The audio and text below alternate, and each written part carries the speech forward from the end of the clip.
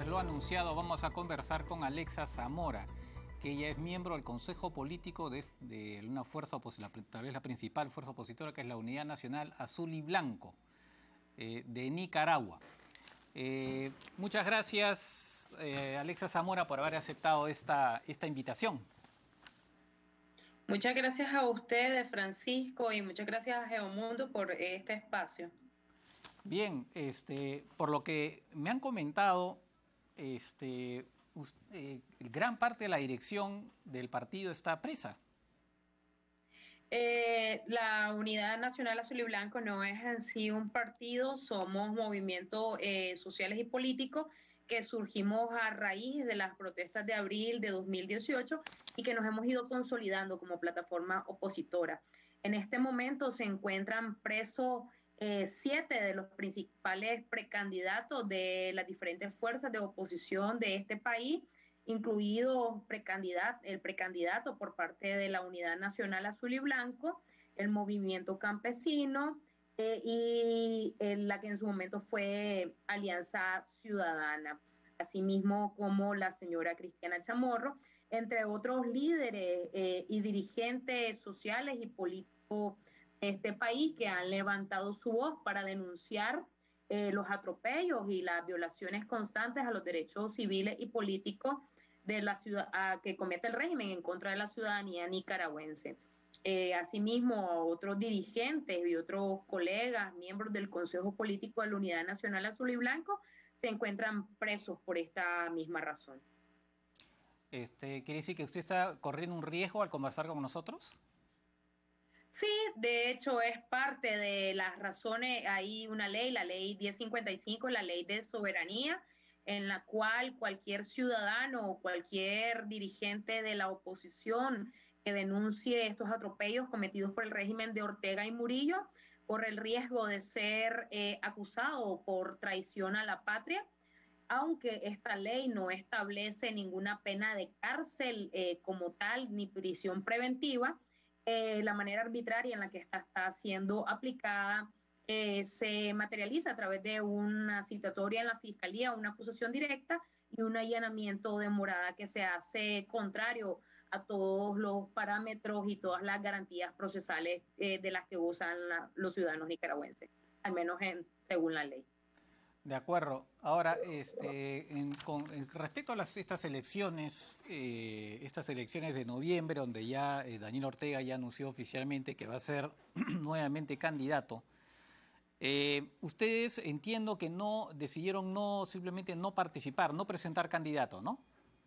No, no es así. Nosotros como Unidad Nacional Azul y Blanco, miembros de la coalición y también otros espacios, todo lo contrario, nosotros decidimos que íbamos a participar de este proceso electoral como una vía necesaria para salir de la crisis sociopolítica que existe en este país a través de una vía pacífica. El régimen de Ortega y Murillo desde un inicio comenzó a inhibir a los candidatos bajo falsas acusaciones y bajo la reforma regresiva y represiva a la ley electoral. Asimismo, no le bastó con esta reforma que se hizo a la ley, sino que comenzaron a surgir una serie de acusaciones en contra de los precandidatos que ahora se encuentran detenidos. Asimismo, la suspensión de la personería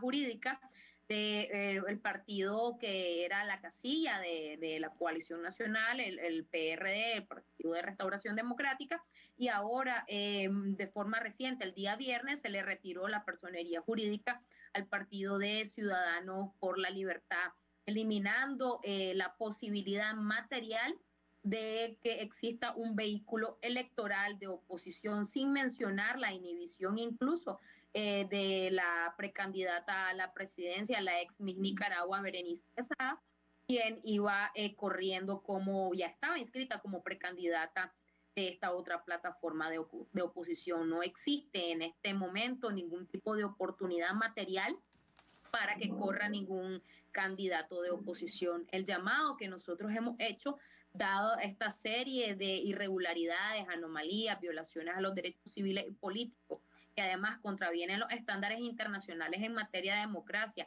y que han desoído de manera directa las recomendaciones directas de la Organización de Estados Americanos, es el no reconocimiento a los resultados de este proceso de votaciones. Lo que quiere decir entonces que Ortega va a correr solo. ¿Él es candidato único o hay ya no queda nadie, ningún candidato que vaya a correr con él?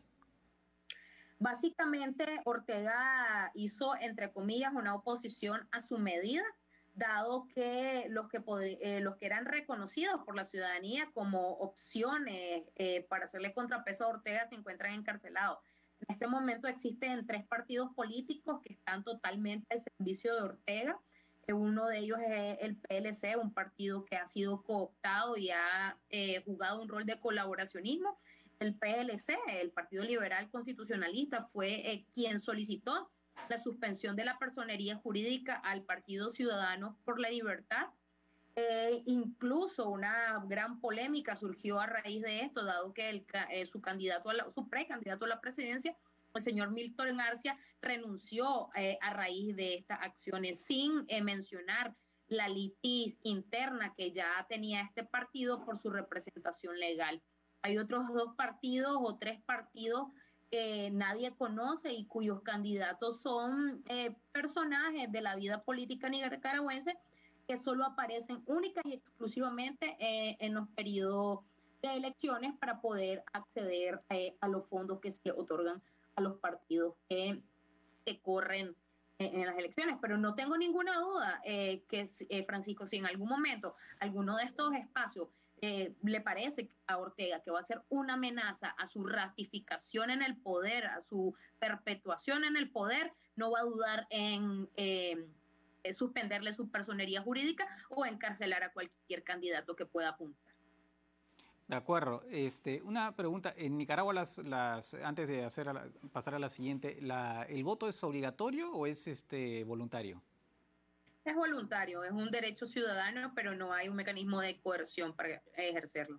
Ya, entonces eso quiere decir que probablemente la participación va a ser, seguramente, me imagino yo, muy baja, eso que se debe estar previéndose en noviembre próximo.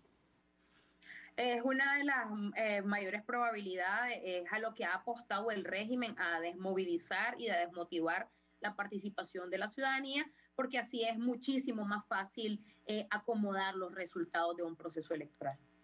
¿Y ustedes tienen alguna consigna para la próxima elección, en el sentido de decir a las personas no vayan a votar, o tienen ya algo en ese sentido, o todavía no han tomado una decisión?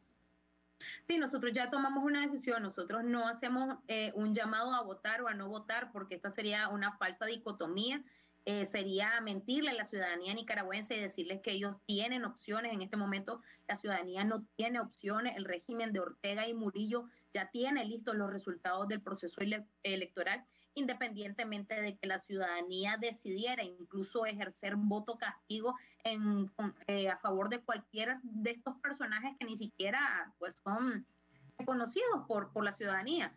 Eso no sería realmente un impedimento para Ortega. La estrategia que nosotros hemos trazado es la estrategia del desconocimiento de los resultados, de no legitimar los resultados de este proceso de votaciones, ya que con la normativa establecida por Ortega y Murillo, bajo las actuales condiciones, no existe ningún tipo de garantía de que se respete la voluntad popular, ni siquiera se le está brindando a la ciudadanía nicaragüense ese derecho humano de elegir quiénes van a ser sus representantes, y mucho menos este proceso tiene las características de ser un proceso que dé como resultado la transición democrática y la salida de este régimen, mucho menos una salida a esta crisis. La estrategia se centra precisamente en hacer un llamado a los diferentes sectores que todavía no se pronuncian dentro del país a desconocer estas elecciones o este proceso electoral ilegítimo, y también trabajar de la mano con la comunidad internacional para activar los mecanismos preexistentes vinculados a los compromisos que el Estado de Nicaragua tiene en el cumplimiento de los parámetros internacionales en democracia y sobre todo en el respeto de los derechos humanos, dentro de los cuales caben los derechos civiles y políticos. Ahora, la vía de la calle, las manifestaciones, claro, la represión ha sido muy fuerte, ¿no? Es muy fuerte. Cuando se dieron estas protestas hace ya unos años fue brutal, muertos, en fin. Me imagino yo que en estos momentos la vía de la calle es una vía un poco difícil de contemplar precisamente por la represión, ¿no? Precisamente, muchas personas se preguntan que porque si en Nicaragua la crisis y la represión se ha recrudecido, la ciudadanía no se ha vuelto a tomar las calles. Esto no es solamente un tema de falta de voluntad. Claro que voluntad hay, pero hay que reconocer que Ortega ha sido exitoso en instaurar un régimen de terror. La ciudadanía está aterrorizada. El nivel de brutalidad vivido en 2018 y la persecución constante que vive la ciudadanía, pues no es para menos. Ha sido un factor que ha paralizado la movilización masiva que veíamos en 2018 y todavía en algún momento en 2019. Conocemos gente que ha sido detenida, que está presa por acciones tan simples como alzar la bandera en la vía pública o pegar stickers exigiendo la libertad de los presos políticos. Eso complejiza, digamos, esta movilización masiva, pero la ciudadanía no ha abandonado, a su vez, otro tipo de acciones de resistencia. Por ejemplo, campañas por liberación solicitando la liberación de los presos políticos en redes sociales, pintas express, denuncia ciudadana y así sucesivamente. La resistencia no ha cesado. De acuerdo, usted hizo mención de la comunidad internacional, ya han aplicado algunas sanciones, pero en realidad creo que mejor no le pregunto sobre eso, porque entiendo que bajo esa nueva ley, si usted opina de manera favorable respecto a las sanciones, le puede caer todo, le pueden aplicar esa famosa ley, entiendo, ¿no? Sí, pero eso no es, digamos, un factor decisivo. O sea, cualquier persona que a ellos les parezca que está emitiendo una opinión contra de ellos, les puedan aplicar la 1055. Las sanciones no son más que el resultado de cuando un Estado comete o se distancia de sus compromisos internacionales, sobre todo en temas tan delicados como son los parámetros de su compromiso con la democracia y los derechos humanos, pues las instancias internacionales como son la Unión Europea, organismos multilaterales como la OEA o Estados Unidos, están en su pleno derecho, como lo establece el derecho internacional, de llevar a cabo, digamos, las acciones que ellos estimen conveniente según su propia, incluso política exterior, como ha sido el caso de las personas sancionadas por cometer actos que menoscaban la integridad, la institucionalidad de Nicaragua y también actos que atentan contra los derechos humanos.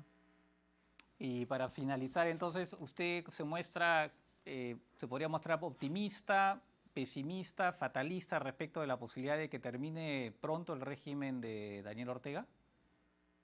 Yo prefiero ser positiva. Yo entiendo que estamos en una situación sumamente compleja donde han sido coartados los derechos más básicos del ciudadano nicaragüense, donde nos encontramos en un estado así de, mejor dicho, en un estado de excepción de facto.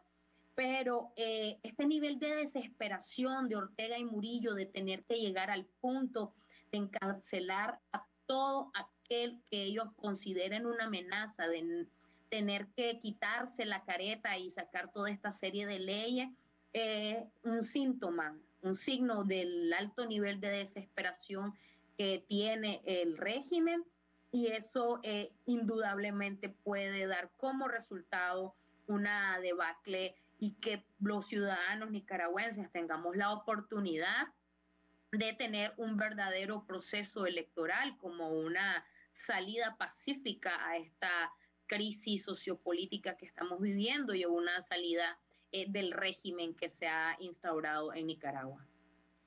Bien, muchas gracias por estas palabras, que creo que ha sido bastante claro, y por supuesto, mis mejores deseos para que por fin la democracia en Nicaragua pueda regresar. Muchas gracias, Francisco. Gracias.